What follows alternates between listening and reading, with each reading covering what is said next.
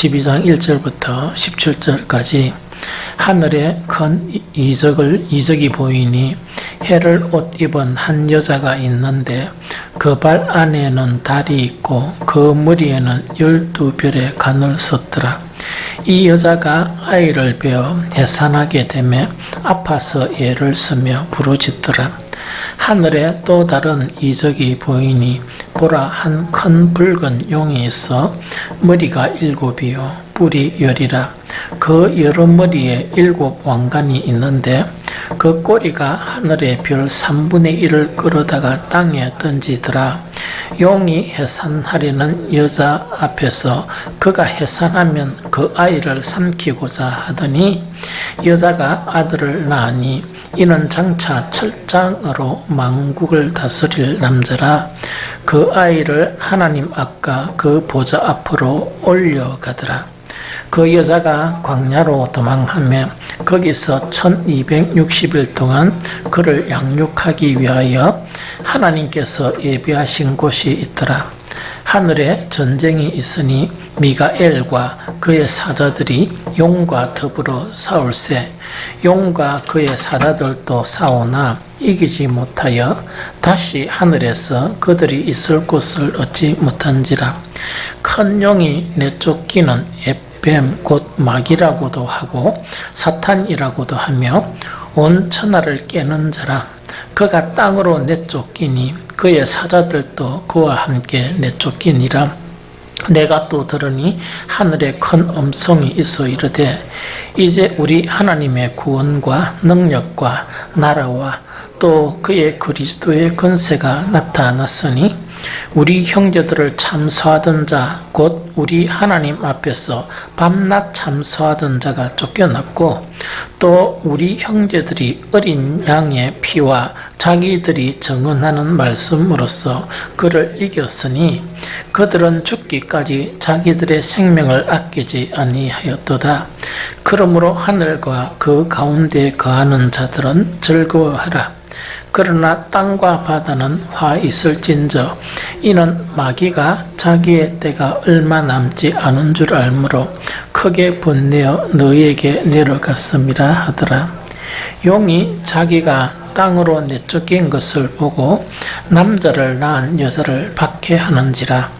그 여자가 큰 독수리의 2 날개를 받아 광야 자기 곳으로 날아가 거기서 그 뱀의 낯을 피하여 1때와 2때 반때를 양육받으며 여자의 뒤에서 뱀이 그 입으로 물을 강같이 토하여 여자를 물에 떠내려가게 하려 하되 땅이 여자를 도와 그 입을 불려 용의 입에서 토한 강물을 삼키니 용이 여자에게 분노하여 돌아가서 그 여자의 남은 자손 곧 하나님의 계명을 지키며 예수의 증거를 가진 자들과 더불어 싸우려고 바다 모래 위에 서 있더라. 아멘. 오늘 우리 두 번 이 정독한 그 계시록 12장 1절에서 그 마지막 절까지는 이것도 그 환상이 막 일어나면서 이 재앙의 환상 가운데 요 재앙과 요 재앙 사이에 항상 삽입된 환상이 있다 그랬죠. 그 중에 또 하나예요. 그래서 구체적으로 이야기하면 그 6째 나팔하고 7째 나팔 사이에 그 지난주 금요일 날 지난주 금요일 날 어떤 환상이 있었단 말이에요. 2 증인이 있었죠. 2 증인의 환상 자체가 거기 삽입됐죠. 그러면 2 증인의 환상 삽입에 이어가지고 오늘도 이 환상을 보게 되는 거예요. 보게 되는데 크게 3가지 환상이에요. 크게 3가지 환상인데 그 3가지 환상을 전체적으로 이야기하면 여자와 용이에요. 여자와 용. 이 무슨 말이겠죠? 그래서 여자와 용 환상인데 여자와 용 환상 자체를 세 단락으로 딱 나눠가지고 1절에서 6절까지는 여자와 용 환상인데 이 여자는 그 아이를 뵌 여자예요. 아이를 뵌 여자하고 용이 환상이고 그 다음에 7절에서 이제 12절까지는 뭐냐니까 천사장 미가엘 있죠. 미가엘하고 이 마귀 두목 이갖고 싸우는 그 하늘에서 싸우는 그런 이제 전쟁 자체가 영적인 전쟁가 치열하게 일어나는 그 자체가 어디 있는가에 7절에서 12절인데 거기서 누가 이긴다 하니까 이 천사장 미가엘이 승리를 하게 됩니다. 그러면서 우리가 보통 공중권세 잡았다 이렇게 이야기를 하죠. 그래서 공중권세 잡은 자가 결국은 이 미가엘과 그의 사자들과 이 서로 치열한 그런 싸움 속에서 마귀가 집니다. 마귀가 져서 하늘에 더 이상 자기가 있을 곳이 없어서 어디로 내쫓긴 겁니까? 땅으로 내쫓겨요. 그럼 자동적으로 땅으로 내쫓기니까 누구를 또 핍박하겠습니까? 에? 그러니까 누구냐니까 여자를 박해하는 그 부분이에요. 그래서 오늘 이 환상에서 가장 중요한 것은 뭐냐? 여자가 누구인가? 이것을 아는 것이 대단히 중요해요. 그래서 여자를 누구로 보느냐? 이것이 대단히 중요한 그런 부분입니다. 그래서 우선은 뭐냐? 제일 첫 번째로 계시록 우리가 읽었던 12장 1절에서 이제 6절까지 있죠. 6절에는 여자와 용의 환상 자체를 이제 계속 서술하는 그런 부분입니다. 이 서술하는 부분인데 여기서 이제 여자를 누구로 보느냐 하는 문제가 가장 이 논란이 많은 그런 문제예요. 그래서 여자를 누구로 보느냐 하면은 구체적으로 세 가지 견해가 있습니다. 아주 좀 중요한 세 가지 견해가 있어요.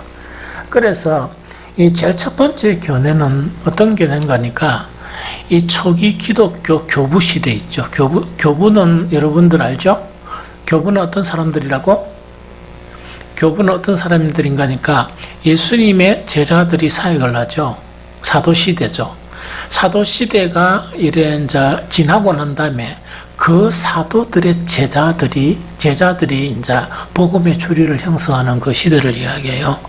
그래서 그 시대 자체가 한 150년까지 이제 그 시대를 교부 시대 이렇게 이야기해요.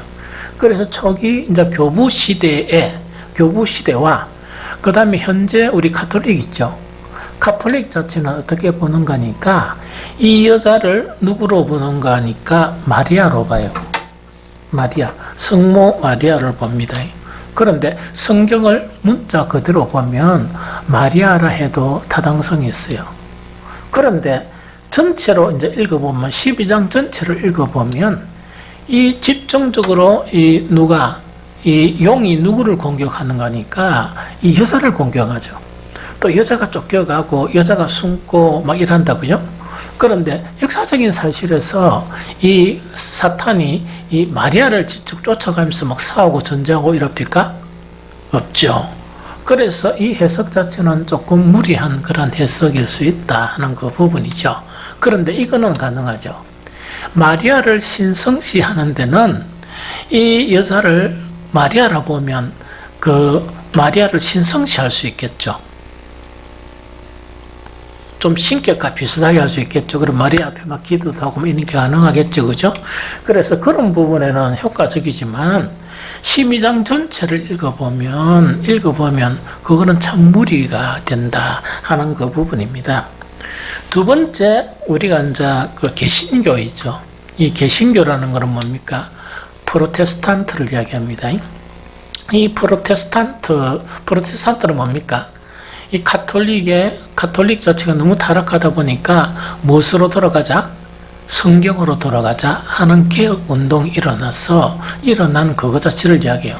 그래서 세 가지가 뭡니까? 오직 말씀으로, 또 오직 성령으로, 또 오직 은혜로 이런 식으로 주장하면서 이제 지금 태동한 우리 지금 개신교회들이 있죠. 이 개신교 자체를 이야기합니다. 그런데 이 개신교 자체는 어떤 관점을 가지고 하는 거니까 이 여자는 교회다. 교회인데 어떤 교회냐? 그 구약 교회와 신약 교회다. 이렇게 보는 거예요. 이 무슨 말이겠죠? 그래서 구약 교회와 이 신약의 그런 교회다. 이렇게 이제 보는 거예요.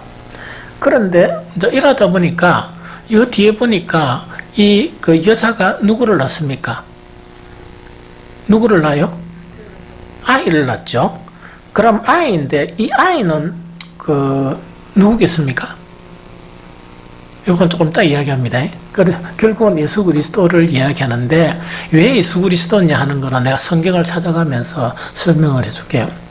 그럼 예수 그리스도를 이야기하는데 교회가 그 아이를 낳았다, 그 예수 그리스도를 낳았다 하니까 좀 이상하죠?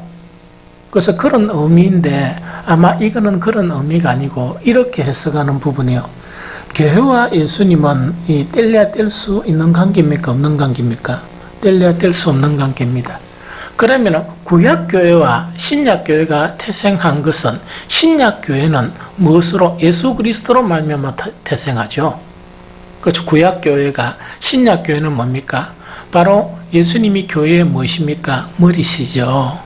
그래서 이제 이런 부분에서 이제 해석을 하다 보면 큰 무리가 없다 하는 그거를 이야기합니다. 이게 무슨 말이겠죠? 그래서 개신교회는 그렇게 이제 보고, 그 다음에 또한 이제 파들이 있는데, 저번에 한번 설명했죠.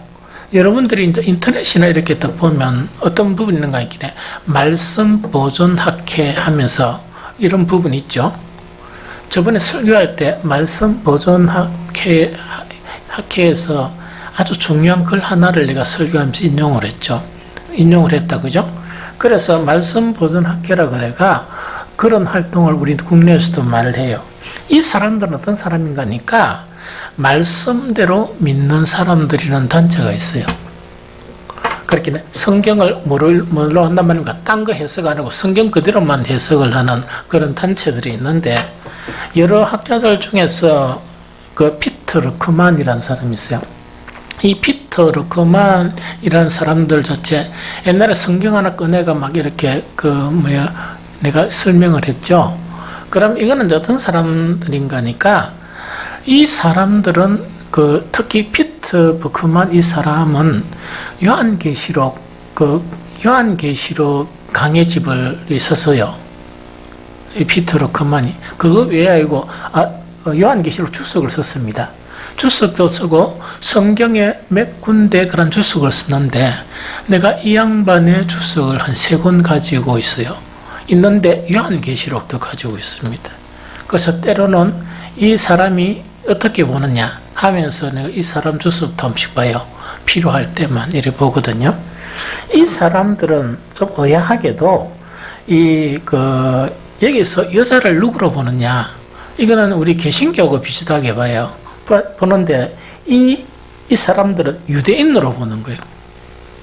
예수 그리스도는 누구로부터 났습니까? 다윗의 씨로부터 난다, 그죠?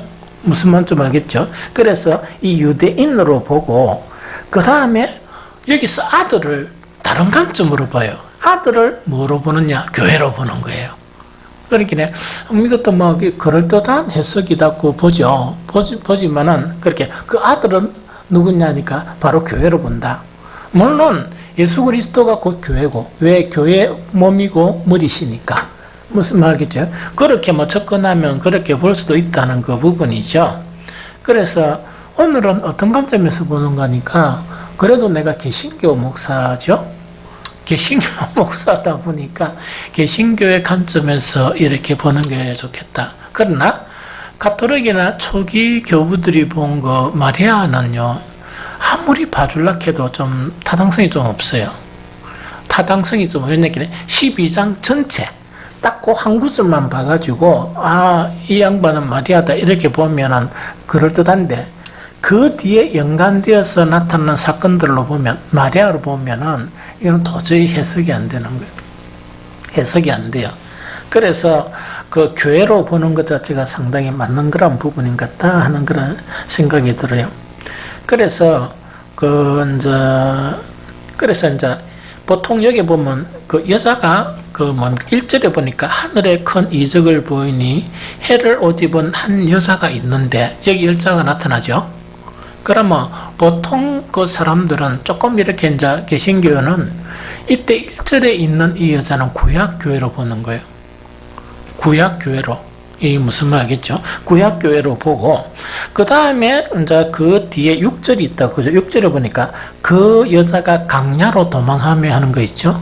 이거는 예수 그리스도 오신 이후에 예수님의 몸된 교회인 신약교회로 보는 거예요. 이 무슨 말이겠죠? 그래서 이렇게 보는 그런 관점이다 하는 그 이야기죠. 또 계시록 강해서 중에서 가장 전 세계적으로 인정받는 분이 있어요. 이분 자체가 그레고리 빌이란 분이에요. 이 그레고리 빌이란 분인데 이 주석을 제가 가지고 있어요. 가지고 있고 또 이 양반 자체도 그 계시록 강의하면서 이분의 것을 쭉 봐요. 좀 잘 이래 정리되어 있는 그런 부분이 참 많아요. 그런데 이 양반은 뭐라고 하는 거니까 여기 등장하는 이 여자는 그리스도의 오심 이전과 이후에 존재했던 신실한 공동체의 표상이다. 그럼 공동체라는 게 뭐냐면 교회 공동체죠. 그래서 이 여자는 그리스도의 오심 이전과 이후라는 거는, 오심 이전은 뭡니까?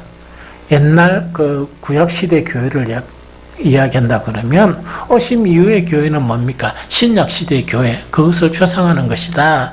이런 식으로 이제 접근을 하는 거예요. 그럼 두 번째, 이제 여기서 이 여자가 그 아기를 비워가지고 아기를 낳으려고 하는 거라. 그럼 이 아기는 누구냐? 이 아기가 누구냐? 이거는 분명하게 짚고 넘어가야 되죠.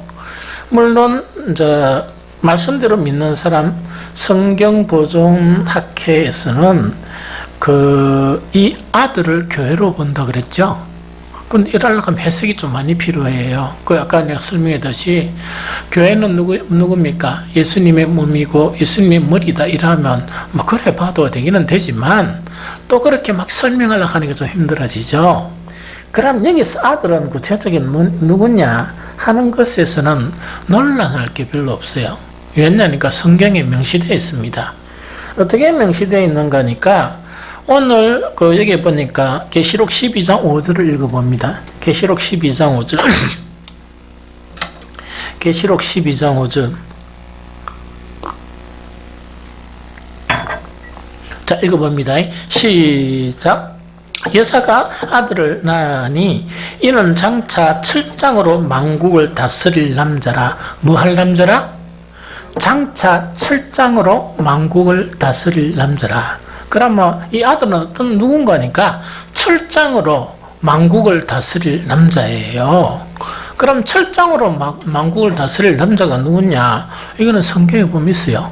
시편 2편 7절을 읽어봅니다. 시편 2편 7절.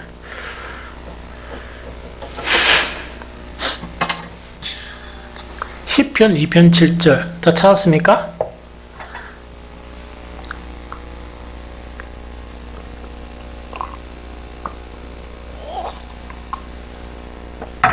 다 찾았습니까? 다 같이 한 목소리를 씁니다. 시작. 내가 여호와의 명령을 전하노라. 여호와께서 내게 이르시되 너는 내 아들이라. 오늘 내가 너를 낳았도다. 이 막 우리 찬양 많이 하죠. 이분이 바로 누구세요? 예수 그리스도시죠. 그런데 오늘 내가 너를 낳았도다 하는 이 아들은 누구냐? 바로 8절 말고 9절을 읽어봅니다. 시편 2편 9절. 바로 밑에 한 구절 밑에 9절을 읽어봅니다. 자, 함께 읽습니다. 시작. 네가 철장으로 그들을 깨뜨리며 질그릇같이 부수리라 하시도다. 무엇으로 만국을 다스린다고? 철장으로 그들을 깨뜨려버린다 하는 그 이야기죠. 그래서 여기서 이제 그 남자는 어떤 남자인가 하니까 철장으로 만국을 다스릴 남자는 바로 누구시라고요? 예수 그리스도시다. 그럼 큰 무리가 없죠? 그럼 이제 정리가 됐죠? 정리가 됐다, 그죠? 그러면 이제 봅니다. 일단 내용을 갖다 이제 전개를 쭉 살펴보면 여기서 그 용 있죠, 용. 용은 누구예요? 사탄이에요, 사탄. 알겠죠? 사탄. 그래, 사탄하고 그 쫄개들이 이제 막 있겠죠. 공중근세 잡은 이 사탄과 그 쫑이 있는데, 이 가장 그 1절에서 6절까지 내용은 뭔가니까, 이 용이 지금 무엇을 삼키려고 그럽니까? 여자가 이렇게 잉태하고 있는 아이를 이 잡아가 없애려고 그런다, 그죠? 이 무슨 말이겠죠? 없애려고 그러죠? 그렇죠. 자, 4절을 봅니다, 4절.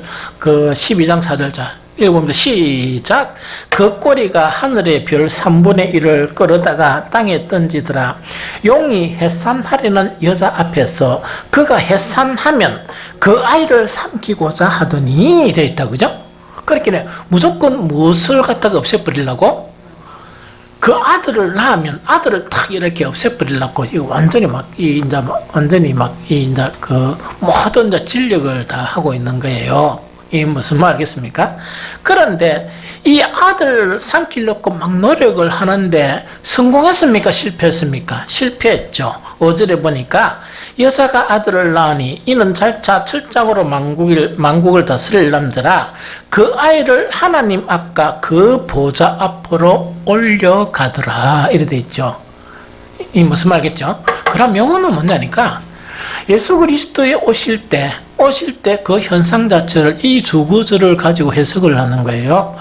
두 구절이 다 포함되어 있는 거예요. 여러분들 옛날에 예수님 고난 당하는 거 보니까 무슨 크라이스트란 봤죠? 에? 진짜 맞아요? 그렇게 억수로 참혹하게 예수님이 갈 때 그때 이상하게 막여친 생긴 놈이 다 얘가 샥 이렇게 지나가고 또 샥 지나가고 예수님 죽으니까 또 샥 지나가고 이런 놈이 있었죠. 이런 놈이 있었는데 이제 성경을 이제 보면 이런 부분이에요. 여기서 뭐냐니까 이 용은 예수님 자체를 없애려고 무척 노력을 하는 거예요. 그래서 무척 노력을 하는데 누구를 부추깁니까? 유대인들을 부추기죠. 맞죠? 유대인들을 막 부추겨가지고 하는데 예수님은 결국 뭐였습니까? 십자가에서 처형을 당하죠. 그러니까 마귀가 잠시 동안 자기의 목적을 이루었습니까? 이루지 못했습니까? 이뤘다고 생각하는 거예요. 이뤘다고 생각하는데 이 세상도 마귀도 깜짝 놀랄 일이 일어났는데 그것이 바로 뭡니까? 예수 그리스도의 부활과 성천 사건이 일어나는 거예요. 그거를 지금 요약한 거예요. 그러면은 왜 마귀는 굳이 그 아이 뵌 여자 있죠. 여자에게 막 이렇게 이 초점을 기울인 게 아니고 왜 이 아이를 삼키려고 하겠습니까?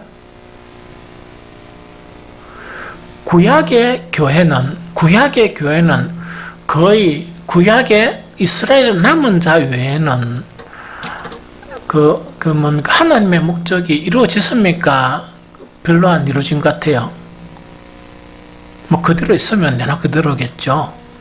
그런데 이 아이 자체는 결국은 뭐 하는 아이입니까? 신약의 교회. 즉 뭐냐니까 하나님의 그런 목적인 예수님의 몸된 교회. 예수 그리스도가 머리 대신 그 교회 자체가 이제 그 교회 시대가 시작되는 거야. 그럼 누구만 없애면 이게 가능합니까? 예수 그리스도만 없애면 가능하죠.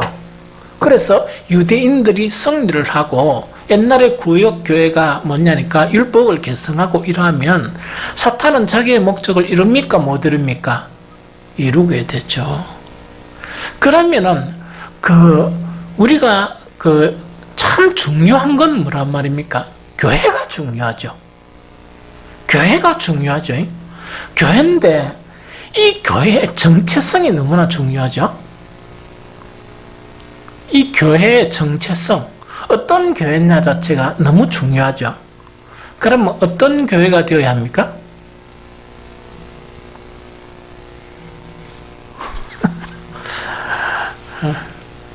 개척하고부터 지금까지 심심하면 설교하고 막 이랬죠. 우리 표도 또 뭡니까? 그렇게 정하고 이랬죠. 교회는 어떤 교회가 되어야 된다? 예수 그리스도의 몸인 교회가 되어야 돼요. 예수 그리스도의 몸인 교회가 되어야 되고 교회의 머리는 누가 되어야 된다? 예수 그리스도가 되어야 돼요. 그러면 왜 교회의 머리는 예수 그리스도가 되어야 합니까? 찬우가?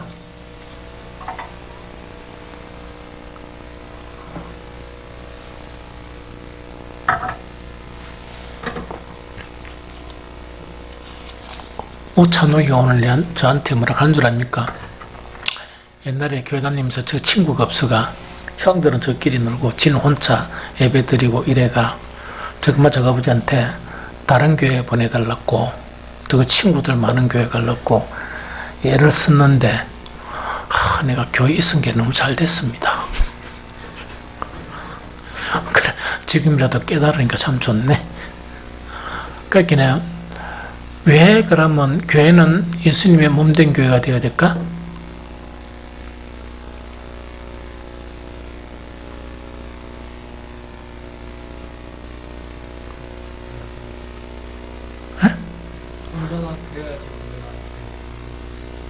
그래 왜 그래? 니 왜 다행이라 생각하는지 그거 한번 들어보자. 이유는 아까는 내가 질문을 안 했는데 지금 이야기해봐.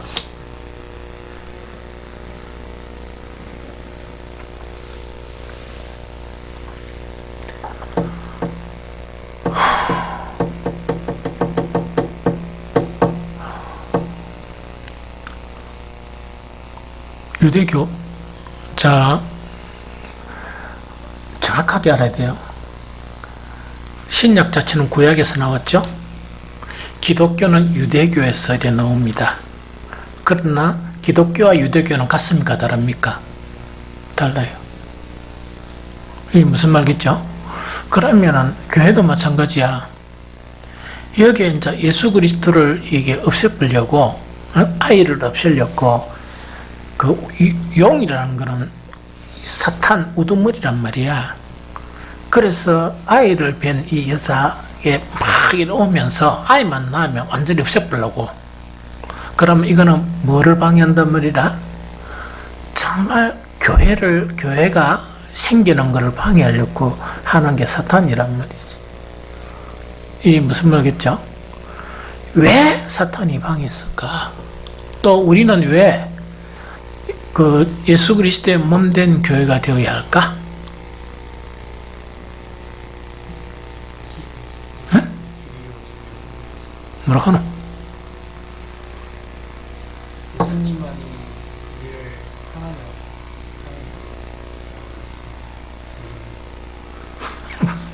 그리고 뭐 대충 무조건 예수님 구원 뭐 이래 맞다. 성령 이래 뭐 대충 맞아요. 그런데 늘 5%에서 10%까지 95%가 부족한 거란 대답이 돼요. 교회의 머리가 예수 그리스도가 되셔야 영적인 신령한 것이 예수 그리스도를 통해서 교회에 충만해서 가요. 무슨 말겠죠? 교회의 머리가 예수 그리스도가 되셔야 되고, 두 번째, 성도들은 예수 그리스도의 몸의 지체가 돼야 돼. 이래 하면 왜 되는 거니까 하나님의 충만 자체가 충만해서 가요. 자, 교회가 덩치는 크다는 게, 인원은 많은 게 세상이 충만한 것 같으면 그게 교회입니까? 교회입니까? 교회 아니야. 예루살렘 성전을 제자들이 보여주면서 이 성전의 운동함과 아름다움 보십시오. 그러니까 예수님이 뭐라고 했습니까? 그 성전은 돌 위에 돌 하나도 남기지 않고 무너지리라. 그래가 70년 후에 없어져 버렸어요. 그 교회에서 제사들은 제사장도 없어져 버리고 사두개파도 없어져 버리고 싹 다 없어져 버렸어. 무슨 말겠죠? 그러면은 교회의 본질은 뭐냐니까 예수님의 몸인 교회가 되어야 되는 거예요. 몸인 교회가 되려고 그러면 교회의 머리는 누가 돼야 돼? 예수 그리스도가 돼야 돼. 그럼 교회 머리가 예수 그리스도가 되려고 그러면 성도 한 사람 한 사람이 어떻게 해야 이 교회 머리를 예수님으로 인정할 수 있습니까? 에? 어떻게? 아니, 크게 뭐 우리끼리니까 누가 뭐라 합니까? 여러분들이 무슨 신학자입니까? 목사입니까? 어떻게 하면 돼? 어떻게 하라고? 그거는 늘 찬양할 때는 뭐 주여 주여 하는 거 막 백날 주여 주여 하잖아. 그래 주여 주여 한다고 천국 간다 합니까? 뭐라고? 한 몸. 그래, 한 몸 하면 한 50% 맞아. 우리 한 사람 한 사람은 그리스도께 뿌리를 내려야 돼요. 그리스도께 뿌리를 낸다는 것은 뭐냐니까 내 신앙과 삶의 근거가 누구여야 한다? 예수 그리스도여야 한다. 또 그거를 달리 이야기하면 뭐냐? 이거와 같아. 우리는 누구 안에 가야 된다? 포도나무의 가지가 포도나무에 붙어 있는 것처럼 주님 안에 가야 돼. 우리 장로 할 때, 안수기도 할 때 내가 그걸 기도했단 말이야. 축복하면서. 그래야 비로소 교회가 돼요. 그런데 오늘날 현실은 교회의 머리가 주님이십니까? 아닙니까? 주님인 것 같아. 이미 인간들이 주인이 되가 목사가 세면 목사가 주인이고 장로가 세면 장로가 주인이고 막 이 짓을 해. 그런 교회들 가면 영적인 신령한 것들이 아무것도 없습니다. 그렇게 겉모습만 아름답지 뭐라고? 무너질 교회야. 아주 중요해요. 오늘 이거는. 사탄이 노리는 거는 뭐냐? 참 교회의 태생 자체를 두려워하는 거야. 지금도 마찬가지야. 이 교회들이 뭐 갑바부치가 교회가 얼마나 많습니까? 그래 뭐 사람들이 모이고 이렇단 말이야. 가장 중요한 거는 그 교회의 정체성이 뭐냐? 그게 중요한 거예요. 교회 주인은 누구시라고? 예수 그리스도예요. 그런데 이걸 고백하려고 그러면 뭐해야 되는가? 내가 그리스도가 내 삶에 내 존재의 근거가 돼야 돼. 이래 말하니까 되게 쉬운 것 같지? 찬양은요, 뭐라고, 아까 좀 전에 무슨 찬양이라고? 막 있는 물론 찬양해놓고 살아가는 꼬라지 보면 뭡니까? 예수님 뭐 짓밟고 있어. 한쪽 발 가지고. 누가 주인이 되려고? 지가. 지를 내세우려고. 그래서 자기 부인이 안 되면 안 되고, 예수 그리스도께 뿌리를 안 내리면 안 되고, 정말 정적인 순종의 마음이 없이는 그 예수님의 몸된 교회는 될 수 없습니다. 그러니까 참 나는 걱정이라. 나는 죽으면 천국 가지만 남겨진 여러분들이 어떻게 살 것인가 하는 게 한씩 걱정이 돼요.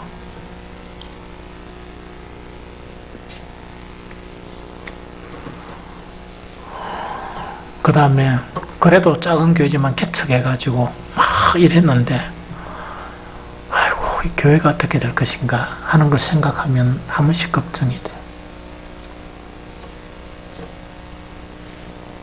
나는 아쉬운 거 없습니다. 나는 이 땅을 떠나면 해방이라. 나는 주님과 함께 있단 말이지. 근데 남겨진 교회는 잘 모르겠어. 사탄의 늘 표적이니까. 이게 무슨 말인지 좀 알겠죠? 그래서 무려 15년, 16년 동안 간간히 설교를 하면서 주님의 몸된 교회, 때로는 플로레마라 그러면서 충만 자체도 설교도 하고 막 이랬지만 처음에는 설교하면 다 한 줄 알았어요. 근데 난주 확인해 보니까 너무 충격적인 거라. 그렇게 그냥 안다고 하는데 그 잘못 알고 있단 말이에요. 그래 이게 참 문제예요. 우리 직분자들 정신 똑바로 차려야 돼. 우리 안수집사들 오늘 안수집사가 한 명도 없다. 자, 했던 간에 그 참 이거 정말 이렇게 해야 돼요. 그래서 이제 무슨 말인 거 알겠죠? 그래서 그 가장 핵심적인 내용은 뭐냐? 이 사탄 대장인 용이 자기 군대를 다 거스리고 이 이제 아기를 낳을 여자한테서 사실은 그 여자에 관심이 있는 거 아니야. 그 여자를 구약교회로 보면 구약교회 유대인들 그 뭐 해당이나 의중이 떠중이들 있죠. 거기에 관심은 없어요. 예루살렘 성전 관심 있었겠습니까? 없었겠습니까? 별로 관심이 없어요. 왜? 예수님이 돌 위에 돌 하나도 남김없이 무너뜨려져야 될 그런 교회가 무슨 교회예요? 그런데 이 악인은 장차 뭐를 세웁니까? 내가 내 교회를 세운단 말이에요. 그게 예수님의 몸 된 게. 이 무슨 말 좀 알겠습니까? 그래서 심각하게 성경을 볼 줄 알아야 돼요. 교회가 어떻게 되어야 되느냐. 그런데 여러 가지 현상 자체는 너무 걱정이 많은 것 같아. 오늘날 교회 모습을 보면. 이제 요 알겠죠? 그러나 결국은 뭐냐니까 실패하고 교회가 세워집니다. 그래서 어찌됐든 간에 여기 이제 몇 교회가 나옵니까? 소아시아에 7교회가 등장하는데 그 7교회 중에서 그 빌라델비아 같은 교회다운 교회도 세워지는 거예요. 우리 빛과 소금 교회도 그래야 됩니다. 교회다운 교회가 되어져 가는 거. 이게 가장 중요한 기라. 근데 뭐 이번 주 설교가 분별력이라. 분별력이 없는데 뭘 알겠어? 오찬욱이 어릴 때 친구 있는 교회 가고 싶다 막 데모하는 거와 똑같이 그 상태나 보편적으로 지금 그 교회 다니는 사람들, 오래 다니는 사람들의 영적인 상태하고 비슷해요.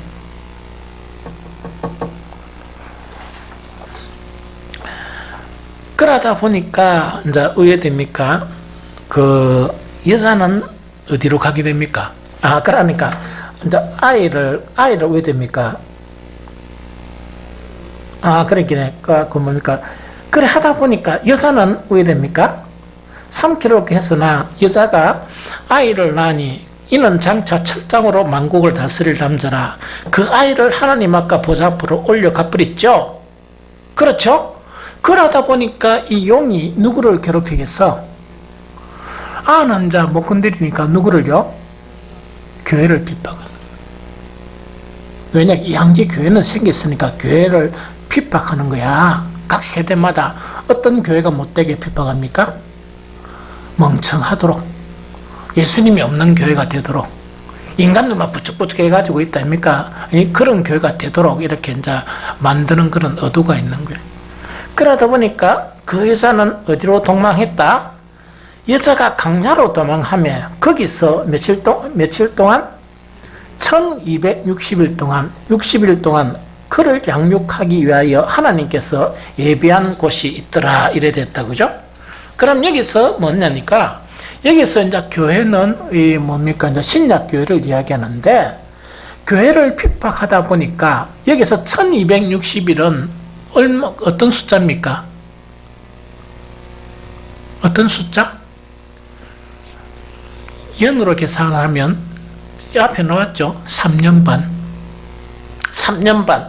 그럼 그 뒤에 보면 그 14절에 봅니다. 14절도 잠깐 보면 그 여자가 큰 독수리 2날개를 받아 강야 자기 옷으로 날아가 거기서 그 뱀의 낯을 피하여 한 때와 2때 반 있죠? 한 때와 2때 반은 며칠입니까? 이것은 동일하게 1200 몇십일이라고? 60일이에요. 그러면 이 두 가지를 합하면 몇 년입니까? 7년이니까 7년 대환란인 거라. 그러면 이 7년 대환란 자체가 시작되는데 지금 여기서 그 12장 6절은 7년 대환란 중에서 전반 6년 반을 이야기합니다. 그럼 전반 6년 반이 뭡니까? 교회가 핍박을 당한다, 핍박을 안 당한다? 핍박을 당한다는 그 이야기요. 그런데 그 핍박 자체가 전반 그 6년, 전반 3년 반은 핍박이 강하다, 약하다? 좀 약한 거예요. 그 다음에 후반 또 이 3년 반도 또 동일하게 핍박을 받는데 그 핍박의 정도가 강하다, 약하다? 상당히 강하다. 그런데 요 7년이란 것 자체는 항상 성경을 해석할 때는 어떻게 해석해야 돼? 그 당시에 있는 그것도 맞고 전체적인 교회의 범주도 맞죠. 맞죠? 그래서 지금은 코로나 바이러스나 지금 일어나는 현상을 보면 우리나라는 우리가 늘 뭐라 했는가 하길래 영적인 것이 문제지 우리가 무슨 핍박이 있노? 딴 나라들은 뭐 핍박을 당한다고 이랬죠? 지금은 핍박을 당합니까? 안 당합니까? 당하는데 이 큰 핍박입니까? 작은 핍박입니까? 작은 핍박이죠. 여기도 넘어가는 분들이 계세. 아무것도 아닌 것 가지고. 이 무슨 말인지 좀 알겠죠?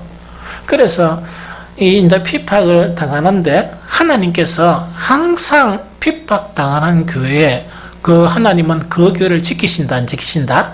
지키신다는 상징적인 의미가 6절입니다. 이거 무슨 말인지 좀 알겠죠?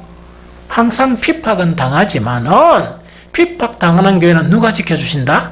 하나님께서 지켜주시고 큰 핍박을 당하든 작은 핍박을 당하든 하나님께서 지켜주신다는 그 이야기입니다. 여기까지 이해됐죠? 근데 여기 딱 끝나고 나니까 이제는 천상에서 뭐가 벌어진다? 전쟁이 벌어져요. 전쟁이 벌어지는데 누구와의 전쟁입니까? 7절을 보니까 7절만 읽어봅니다. 7절만 읽어봅니다. 시작. 하늘에 전쟁이 있으니 미가엘과 그의 사자들이 용과 더불어 싸울세 용과 그의 사자들도 싸우니 이거는 뭐냐니까 이 천사장인 미가엘 군대하고 이 마귀의 그런 군대하고가 대대적인 싸움 자체가 이 하늘에서 전체 싸움이 벌어지는 거야. 이 무슨 말이겠죠? 이 싸움이 벌어지는데 결국은 왜 됐습니까? 8절 9절을 읽어봅니다. 8절 9절 자 시작. 싸울세 용과 그의 사자들도 싸우나 8절 시작. 이기지 못하여 다시 하늘에서 그들이 있을 곳을 얻지 못한지라 큰 용이 너쫓기니 옛뱀 곧 마귀라고도 하고 사탄이라고도 하며 온 천하를 깨는 자라 그가 땅으로 내쫓기니 그의 사자들도 그와 함께 내쫓기니라. 자, 그러면 천상에서 전쟁에서 누가 이깁니까? 미가엘과 그의 사자들이 이기는 거예요. 이기다 보니까 거기서 이제 이렇게 자기들은 위세가 없으니까 이제 졌으니까 어디로 후퇴한다? 교회가 있는 땅으로 이렇게 내려오게 되는 거예요. 무섭죠? 이제 좀 그거 지금 이야기하는 거라. 그럼 여기서는 성경을 읽어보면 아는데, 뭐에 대해서 우리가 이제 생각해 보는 거니까, 사실은 한 번은 천사 있죠, 천사. 천사들에 대해서 이렇게 쭉 이렇게 한번 이야기를 하려고 해도, 성경에 천사들이 나타나는 천사가 좀 작아요. 그런데, 성경 말고 외경에 이렇게 보게 되면, 천사가 엄청 많습니다. 그래서 이걸 한번 해줘야 되나 말아야 되나 하는데 그런 생각을 이렇게 해요. 그럼 만약에 뭐 천사들 이야기 짠들 해주면 초기 교회에 이단 중에 어떤 이단이 있었습니까? 천사 숭배하는 또 이단도 있어. 아이고 뭔가를 가르쳐주면 안 되는 거야. 우리가 해야 될 거는 뭡니까? 주님의 몸된 교회를 이루어서 나가야 되는데 이런 거는 생각도 못하고 주님만이 오직 예수만이 우리의 그리스도가 되고 우리의 그런 삶의 근거가 그리스도가 되어야 되는 걸 계속 고백하면서 그걸 증거로 나타내 보여줘야 되는데 천사 많이 한다고 천국 갑니까? 아닙니다. 그런데 이 미가엘이라는 사람 미가엘이라는 천사는 나왔으니까 이 미가엘이 어떤 천사냐 하는 것은 상식적으로 알아야 된다는 생각이 듭니다. 계시록에 나타난 이 미가엘이 있죠. 이 미가엘은 구약에서 다니엘서에서 자주 등장해요. 등장하고 신약에서는 어디에 나옵니까? 혹시 압니까? 뭐라고 하노? 마리아, 신약도 있나? 에? 유다스입니다, 유다스. 유다스에 보면 천사 미가엘이 나옵니다. 그러면은 이 미가엘 자체가 어떻게 묘사되어 있느냐 하니까 이거는 성경 찾아봅니다. 다니엘서는 좀 많은데 한 두 군데만 찾아보면 다니엘서 10장 13절 다니엘서 10장 13절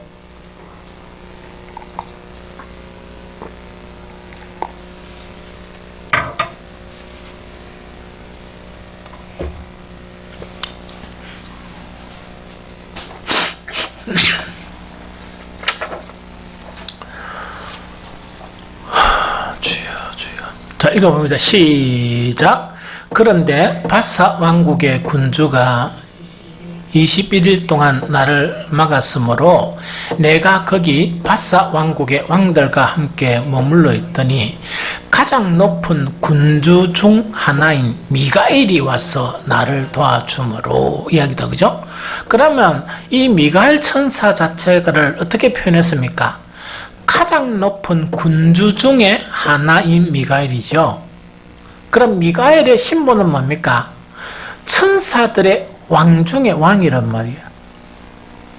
그럼 천사들이 얼마만큼 많은 거 알겠죠? 그렇게 여러분들 여호와 하나님을 경외하고 일하다 보니까 이 좁은 소견에 보니까 이 대통령만 보이고 미국 대통령 이름이 또 잊어버렸네. 그 양반만 보이고 일하다 보니까 하나님도 비슷하게 보인다. 그죠? 하나님은 수많은 그런 천사들을 거느리시는 분이야. 그렇게 우리가 아버지라 부르는 분이 얼마나 두려운 분인지 그거를 인식을 해야 돼요. 이 무슨 말겠죠? 그러면 하나님이 이렇게 거느리는 미가엘 천사 있죠? 미가엘 천사는 가장 높은 군주 중에 하나인 미가엘이죠? 그럼 천사의 무리가 있으면 그 중에 왕들이 있단 말이야. 왕들 중에서 가장 높은 왕들이 있는데 미가엘은 천사 중에 가장 높은 왕 중에 1개 왕밖에 안 된다. 그 이야기죠. 그러면은 하나님의 그런 이 세력 자체, 이 권세 자체가 얼마만한지 그 이제 조금 이제 그 상상이 되겠다. 그죠? 그래서 미가엘은 뭐냐니까 가장 높은 군주 중 그 하나가 미가엘이야. 그럼 미가엘 외에도 가장 높은 군주들이 있단 말입니까? 없단 말입니까? 있다네. 아유, 무섭죠. 어마어마하죠. 다니엘서 12장 1절. 다니엘서 12장 1절. 자, 읽어봅니다. 자, 다니엘 12장 1절. 시작. 그때에 내 민족을 호위하는 큰 군주 미가엘. 군주란 건 왕을 이야기합니다. 천사들이 있으면 천사 그 중에 왕인데 그 중에 가장 큰 왕인 미가엘, 이 신분이 바로 누구란 말입니까? 미가엘이에요. 그래서 이 미가엘이 누구하고 싸운다고? 공중에서 누구하고 싸웁니까? 이 사탄과 싸우면서 이 사탄을 깨뜨려 버리는 거야. 깨뜨려 버리는데 이 쫄개들이 어디로 이제 사탄과 이 쫄개들이 어디로 이제 내려옵니까? 후퇴합니까? 이 땅으로 이제 후퇴하는 그거를 이야기합니다. 그 다음에 한 가지가 뭐냐니까 유다스 1장 9절도 볼까요? 유다스 1장 9절.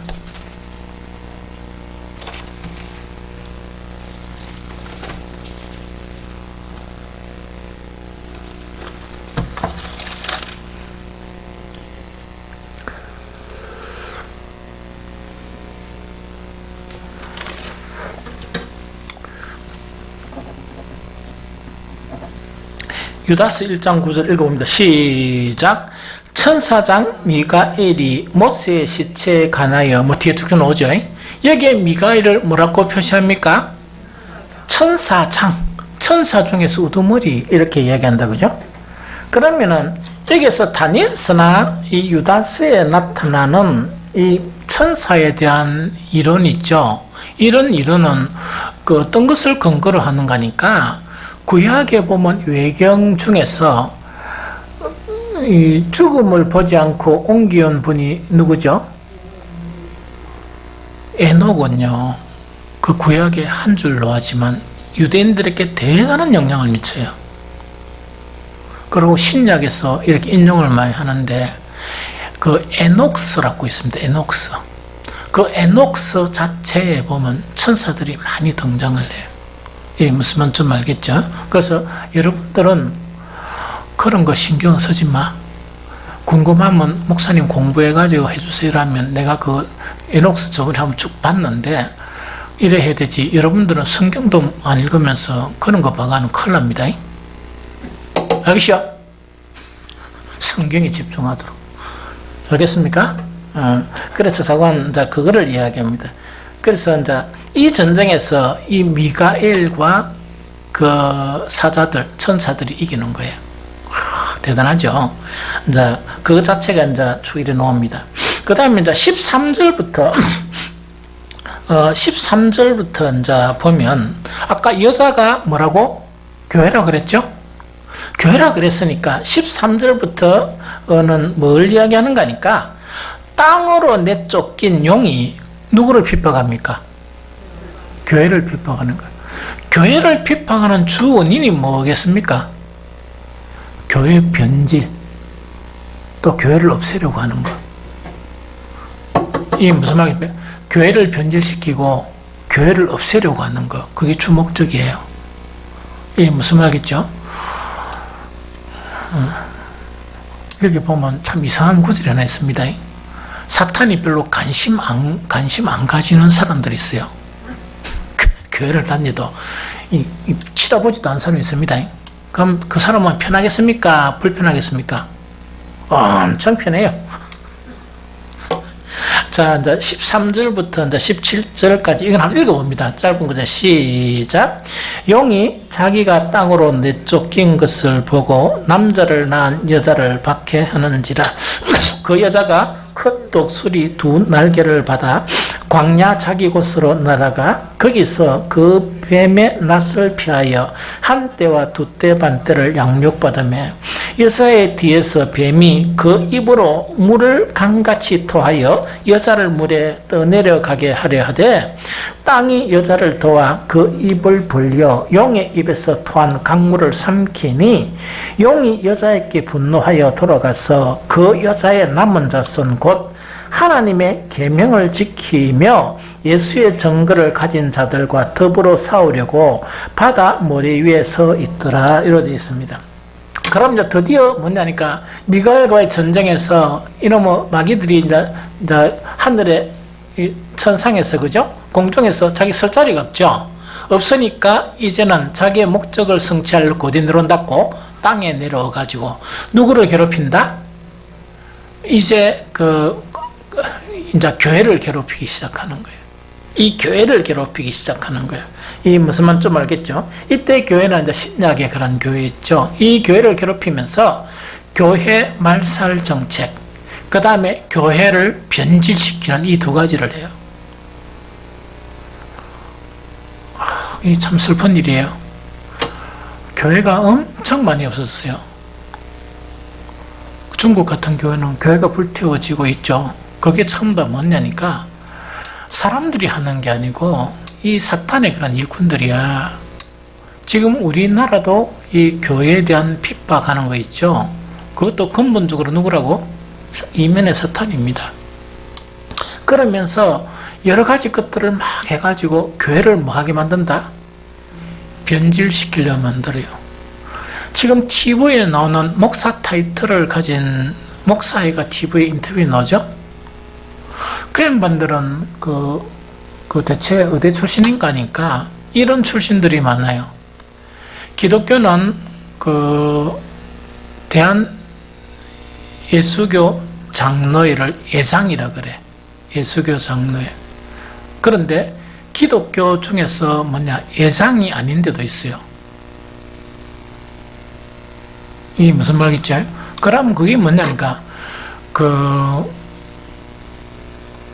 지금 예장 쪽에는 뭡니까? 우리 총신대, 그 다음에 합동은 뭐야? 강나루. 장신대, 그 다음에 고시는 고신대 이래가지고 그 맥을 이래 유지해요. 사실은 그 밑에 있는 한 데는 조금 위험해요. 또 있구나. 또 좀 큰 데는 있는데 다 어떤 그렇단 말이야. 그런데 그런 신학교가 있으면 예수교 장로교가 대한기독교 장로회가 있어요. 그거는 신학교가 어디의 신학교냐, 한신대예요. 한신대에서 배출되는 분들 중에 좌파들이 상당히 많습니다. 이게 무슨 말이겠죠? 이 사람들은 이제 TV에 나와서 뭐라 하는 거니까 가장 충격적인 거는 뭐냐? 비대면 예배가 성서적인 방법이다. 그 양반들은 신학이 아니고 꼴통들이라.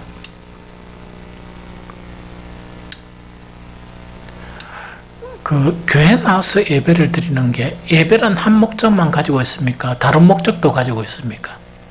다른 모든 목적도 가지고 있어. 그래서 신앙의 가장 핵심이 뭡니까? 말씀과 기도. 이것만 있으면 집에서 해도 되지. 그런데 이게 하느님과의 관계야. 그 다음에 그 십계명에 보면 4개는 하나님과의 관계라. 나머지 몇 개는 6개는 사람과의 관계예요. 그럼 사람과의 관계는 뭡니까? 교제와 증거. 이것이 형성이 되어야 비로소 본질적인 신앙 안에 들어가는 거야. 그런데 한 축을 깨뜨려 버리는 거야. 이게 무슨 말이겠죠? 그래서 그러다 보니까 어떤 문제가 생기는 거니까 상당히 심각한 문제를 발생시켜요. 이 비대면 예배라는 것 자체가. 그래서 어떤 사람, 그러면 젊은 층에서 지금 보면 뭐냐니까, 비대면 예배가 편리합니까? 편리 안 합니까? 엄청 편리해. 왜냐하면 주일날 일찍 안 나도 되고, 세수할 필요가 있습니까? 없습니까? TV 보면서, 밥 먹으면서, 피자 먹으면서 할 수 있죠. 엄청 편리하지. 거기는 망조. 거기는 망조예요, 망조. 그런데 이제 이번 주일날 이제 분별력을 이야기하는데, 본질적인 신앙은 분별력이 없으면요, 신앙생활 안 됩니다. 가령 예를 들면 뭡니까? 성전을 그렇게 아름답게 짓고, 예루살렘 성전, 그 다음에 모든 제사를 그렇게 드리고, 하루에 3번씩 기도하고, 일주일에 2번씩 금식하는 유대인들 자체가 자기들이 섬기며 신앙했던 분이 누구라고? 야훼 하나님이야. 그런데 분별력이 없으면 야훼 하나님이 보낸 그 아들을 알아보지를 못하는 거예요. 그래서 그 아들을 어떻게 합니까? 십자가에 내어주는 거예요. 이게 유대인들만 이야기가 아니고 오늘날 신앙생활하는 이 성도들도 분별력이 없으면 거짓한단 말이야. 똑같은 짓을 해요. 그래서 이번에 코로나가 일어나고부터 어떤 목사님들은 뭐냐, 알곡과 쭉정이 알아내는데 너무 하나님께서 귀한 부분을 주셨다. 그러고 참 신기한 거는 뭐냐, 알찬 교회는 이 코로나가 지나갔는데도 사람들이 뭐 왕장하지, 여러 가지 부분이 더 좋아진 교회들이 많다고 그래. 더 알찼단 말이야, 교회가. 무슨 말 좀 이해가 됩니까? 그래서 이 정도 이제 분별력도 있어야 되고, 이게 이제 대단히 중요해. 어쨌든 간에 이놈의 마귀가 이 땅에 와서 뭐합니까? 교회를 비판한단 말이에요. 교회를 비판하는데 목적은 2가지입니다. 교회를 와해시키거나, 하나는 교회를 변질시켜버리는 거야. 그 다음에 아까 이야기했죠. 마귀가 관심 안 갖는 사람들이 있어, 교인 중에. 어떤 사람이겠느냐? 그 한 구절 보면 돼. 17절 보면 돼. 17절. 17절 다시 읽어봅니다. 다시 읽어봅니다. 시작. 용이 여자에게 분노하여 돌아가서 그 여자의 남은 자손 곧 하나님의 계명을 지키며 예수의 증거를 가진 자들과 더불어 싸우려고 바다 머리 위에 서 있더라. 마귀가 시비 거는 사람은 누구라고요? 하나님의 계명을 지키고 예수의 증거가 있는 사람하고 싸우려고 하지, 어중이 떠중이는 싸우려고 합니까? 그냥 막 아이고 이래 놔둬놨습니까? 안 건드리지도 않습니다. 쉽게 이야기해가지고 성도들 중에서 아이고 들어봐라 해가 마귀도 안 찾는 사람이 누구라고?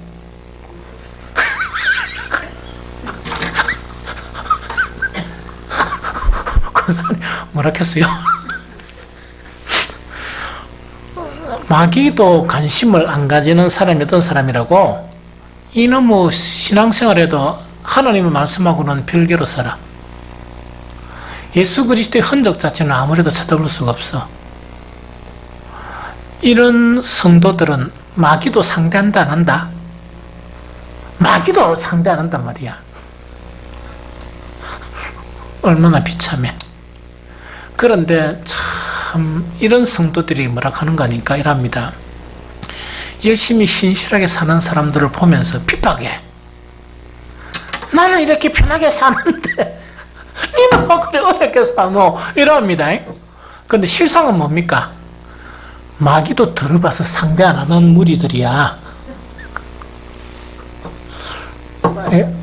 무슨 말인지 좀 알겠죠? 그래서 이제 이런, 여기서 이제 있는 게 그 부분이고, 그런데 여기서 이제 한 가지가 뭐냐?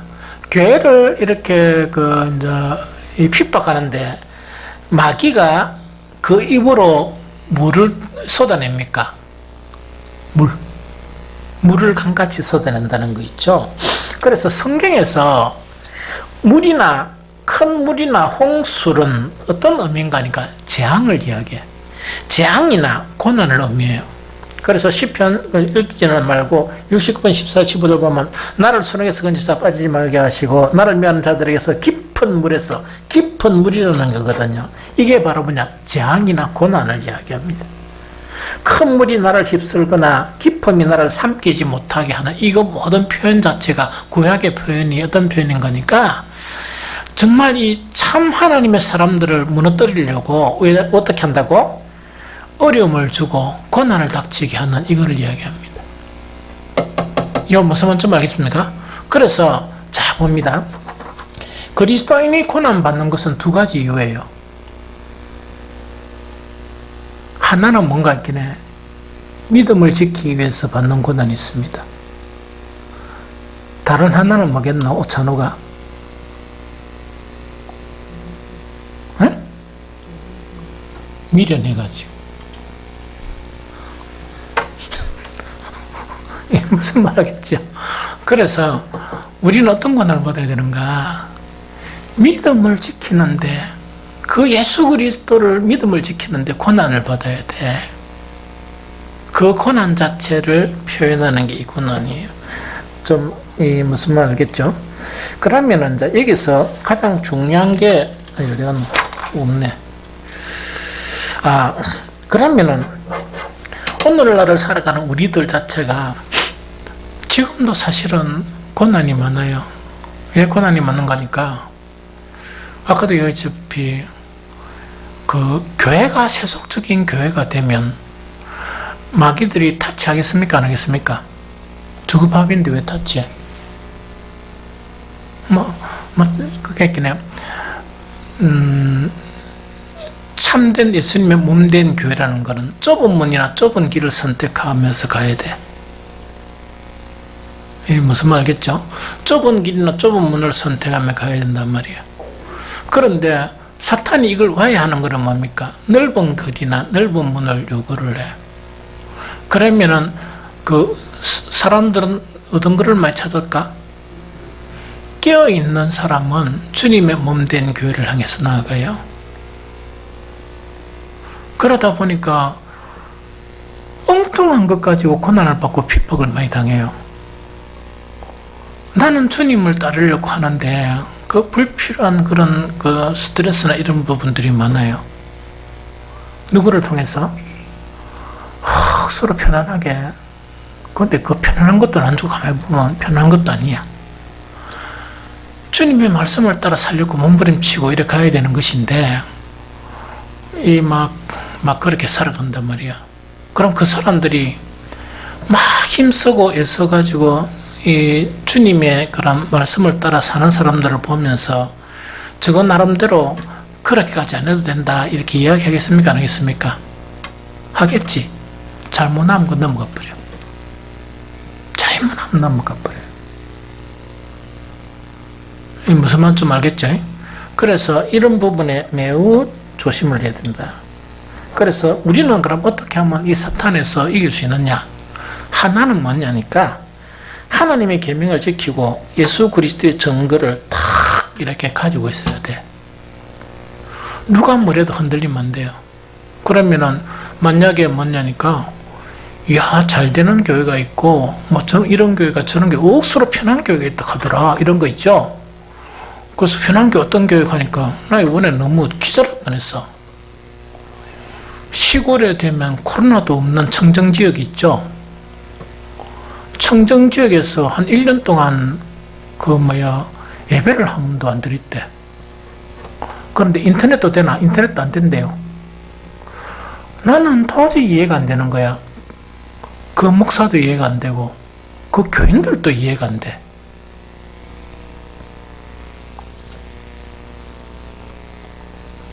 그 목사가 이해가 안 되고 교인이 이해가 안 되면 그 교회가 이해된단 말입니까? 안 된단 말입니까? 이해할 수가 없어요. 그래서 요새 자다가 내가 벌떡 일어나면서 화가 솟구치가 있답니까? 그래도 내가 뭐라고 할 수는 없잖아. 그 청정지역에 코로나 아무것도 없는 데서 있답니까? 그래서 내가 이거 대체 어떤 분들이냐. 거기 길들어지면 너무 편해요. 날 먹고 자고 일하고 돈 벌고 그렇게 이제 다르게 가는 거야. 그런 경우가 어디 있습니까? 그래서 지금도 보면 뭐냐니까 각 교회들 중에서 다 깨어가지고 최선을 다해서 뭔가 하려는 교회가 있다 그러면 뭐 대충 이래 있답니까? 그게 어떻게 대충 되나? 하나님 앞에 하나님이 우리 구원하실 때도 대충 했습니까? 자기의 독생자 예수 그리스도를 십자가에 내어주셨습니까? 그러니까 이게 너무 이해 안 되는 사람들이 너무 많이 보게 돼요. 그래서 이게 이제 문제고, 두 번째는 뭐냐? 말씀대로 참되게 살라 하니까 힘듭니까? 힘 안 듭니까? 힘들죠? 두 번째 해답이 이제 계시록 다 끝나면 계시록 2장 3장 할 거예요. 누가 등장한다? 소아시아 7교회가 등장해요. 소아시아 7교회에 동일하게 딱 한마디씩 계속 있는 통일한 말씀이 딱 하나씩 다 있는데 그게 뭘까요?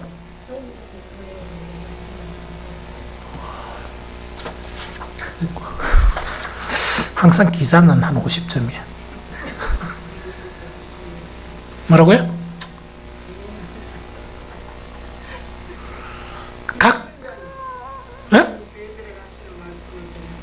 기 있는 자는 그것도 있지. 또 한 가지 핵심적인 것, 즉 이렇게 고난받는 것 중에서 승리하는 비결에 대해서 계속 똑같이 이야기합니다. 제일 마지막에 이야기하든지 중간에 이야기하든지, 그러나 그 이야기는 반드시 들어있습니다. 네?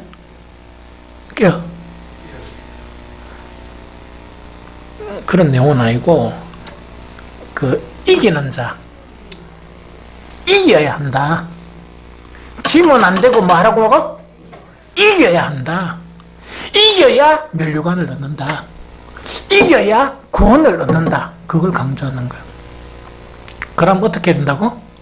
이런 환난 속에서도 그 믿음의 선한 싸움을 싸워서 이겨야 되지. 늘 밀리고 하는 사람은 참 이게 문제란 말이지. 그것도 어느 정도야지. 이 무슨 말인지 알겠습니까? 그래서 두 가지를 해야 되는데, 교회가 핍박당하는 거는, 이거는 뭐냐? 교회는 계속 핍박을 당합니다. 핍박당하는데 승리할 수 있는 것은 뭐냐? 예수 그리스도의 증거를 가져야 되고, 하나님의 계명, 말씀을 따라 살려고 몸부림쳐야 돼요. 그 다음에 절대로 이거 일하는 사람들은 억수로 밀어난 사람이야. 우리 친구 다른 교회 큰 교회는 이래 신앙생활하고 저래 편하게 살고 하는 거 있죠. 그런 말은 하지 마세요. 또 어디기들은 그런 말을 해. 하나님을 모르는 사람, 성경을 모르는 사람, 자기가 강한 사람. 어디 성경에 그런 게 있습니까? 오히려 경건하게 살고자 하는 자는 핍박을 받는다 돼 있죠. 우리는 경건하게 살아야 돼. 그러면 좁은 길로 가는 사람은 작죠. 그런 사람을 찾아야 되지. 멸망의 길, 넓은 길로 가는 사람을 봐가지고 그걸 부러워하면 어떻게 되나? 그거 절대로 부러워하면 안 돼. 무슨 말 알겠습니까? 그 다음에 두 번째, 계속 말씀으로 이겨야 돼요. 이긴다는 것은 뭐냐? 말씀대로 살려고 승리하는 것을 이야기해요. 세상의 방법대로 안 살고 말씀대로, 오히려 말씀대로 살려고 하는 이것이 이기는 방법. 무슨 말인지 알겠습니까? 그래서 항상 좀 힘들 때는 뭘 치러봐야 돼? 곧 주님이 오시거나, 안 그러면 나 좀 이따 천국 간다. 좀 이따 천국 가면 아이고 이제 끝난다. 지금 수능 치는 아들 있죠? 중학교 때부터 고등학교 때까지 지옥에 돼 있다가 수능 치고 나면 해방되는 거 있죠? 우리의 해방은 뭐냐? 우리의 죽음과 함께 주님한테로 가는 거예요. 뭐 이 세상에 믿음이 있을 게 뭡니까? 그래서 하루로 살면서 천국을 생각하고 주님을 생각하고 이렇게 하루로 살면서 승리하고 이겨나가야 되지. 좀 이해가 되죠? 그러고 나는 한 번씩 생각해보면 나는 20대 후반부터 잘하나 못하나 정말 아이들 가르치고 이렇게 하려고 최선을 다했어. 그러나 지금 내 인생 자체를 돌이켜보면 주님한테 너무 죄송해요.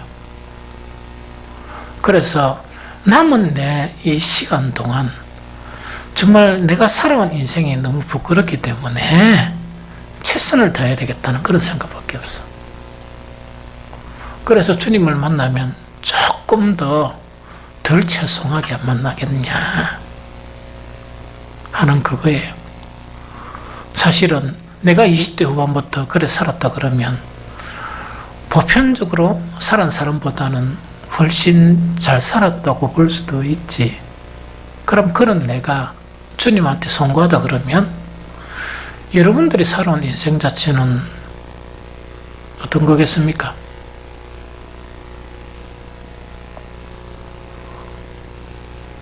뭐 불평하거나 불만하거나 원통하거나 할 수 있습니까? 그래서 남은 인생요, 오직 감사, 오직 찬양하면서, 오직 믿음으로, 오직 천국의 소망을 바라보면서 이기시기 바랍니다. 그래야 예수 그리스도께서 우리 죄를 위해서 십자가에 돌아가신 그 은혜를 조금이라도 갚는 것이지, 그것까지 못한다 그러면 하나님 앞에 얼마나 죄송한 일이냐. 예, 무슨 말 좀 알겠죠?